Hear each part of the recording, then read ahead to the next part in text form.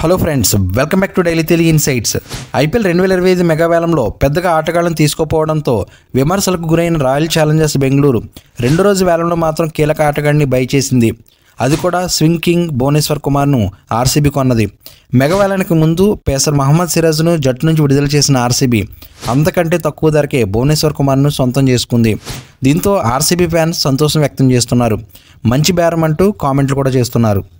మెగావేలంలో Mohammed సిరాజ్ను 12,25,00,000కు Gujarat Titans సొంతం చేసుకుంది. అయితే ఇక్కడ అతన్ని దక్కించుకునేందుకు ఆర్సీబీ ప్రయత్నించలేదు. కనీసం ఆర్టీఎం కార్డు కూడా ఉపయోగించలేదు. దీంతో ఆర్సీబీపై విమర్శలు వచ్చాయి. అయితే వాటన్నిటినీ ఆర్సీబీ రెండో రోజు వేలంలో సమాధానం చెప్పింది. ఐపీఎల్ చరిత్రలో అత్యధిక వికెట్లు తీసిన బౌలర్లో ఒకటిగా ఉన్న భువనేశ్వర్ కుమార్ను 10,75,00,000కు దక్కించుకుంది. ముంబై ఇండియన్స్, లక్నో సూపర్ జైంట్స్తో పోటీపడి మరీ సొంతం చేసుకుంది. వాస్తవానికి భువనేశ్వర్ కుమార్ ఐపీఎల్ కెరీర్ 2009లోనే ప్రారంభమైంది. అతడిని రాయల్ ఛాలెంజర్స్ బెంగళూరు తీసుకుంది. 2 సీజన్ల పాటు ఆ జట్టులోనే ఉన్నా అతడికి ఐపీఎల్లో ఆడే అవకాశం రాలేదు.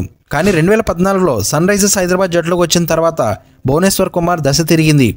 2016-2017 సీజన్లో అద్భుతమైన ఆట తీరుతో వరుసగా 2 ఏళ్లు పర్పుల్ క్యాప్ దక్కించుకున్నాడు. 2016లో ఆ జట్టు ఛాంపియన్గా నిలవడంలో కీలక పాత్ర పోషించాడు.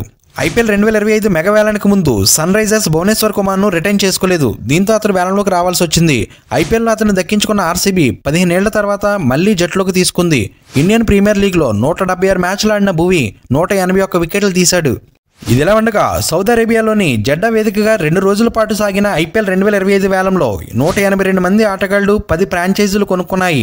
అందులో 62 మంది విదేశీ ప్లేయర్లు కూడా ఉన్నారు. మొత్తంగా 182 మంది ఆటగాళ్ల కోసం అన్ని ఫ్రాంచైజీలు కలిపి 639 కోట్లు ఖర్చు చేశాయి. ఇందులో చాలా ఫ్రాంచైజీలు ఇదివరకు తమ జట్టుతో కలిసి ఆడిన ప్లేయర్లలో కొందరిని దక్కించుకున్నాయి. మరికొన్ని మాత్రం అలా చేయలేకపోయాయి. కొన్నాళ్లుగా జట్టులో భాగంగా ఉన్న ప్లేయర్ను సైతం ఐపీఎల్ 2025 మెగావేలంలో ఫ్రాంచైజీలు కోల్పోయాయి. దీంతో వచ్చే సీజన్ నుంచి తమ జెర్సీలో కనిపించిన ప్లేయర్లను ఉద్దేశిస్తూ ఆయా ఫ్రాంచైజీలు సోషల్ మీడియాలో పోస్టులు పెడుతున్నాయి. అతను జట్టుకు చేసిన సేవలను గుర్తు చేసుకుంటున్నాయి. ఈ జాబితాలో సన్ రైజర్స్ హైదరాబాద్ కూడా నిలిచింది. ఎందుకంటే ఈసారి వేలంలో ఆ జట్టు ఓ స్టార్ ప్లేయర్ను కోల్పోయింది. అతడే భువనేశ్వర్ కుమార్. 2014లో సన్ రైజర్స్ హైదరాబాద్ జట్టులోకి వచ్చిన ఈ పేసర్ జట్టులో బౌలింగ్లో అంతర్భాగంగా మారిపోయాడు. పవర్ ప్లేలో వికెట్లు తీయాలంటే అతడే, మధ్య ఓవర్లో పరుగులు కట్టడి చేయాలన్న అతడే, డెత్ ఓవర్లో ప్రత్యర్థి బ్యాటర్లకు కళ్ళెం వేయాలన్న అతడే. అంతలా సన్ రైజర్స్ జట్టుకు అతడు సేవలందించాడు. తన ఆటతో జట్టుకు అపురూప విజయాలను అందించాడు.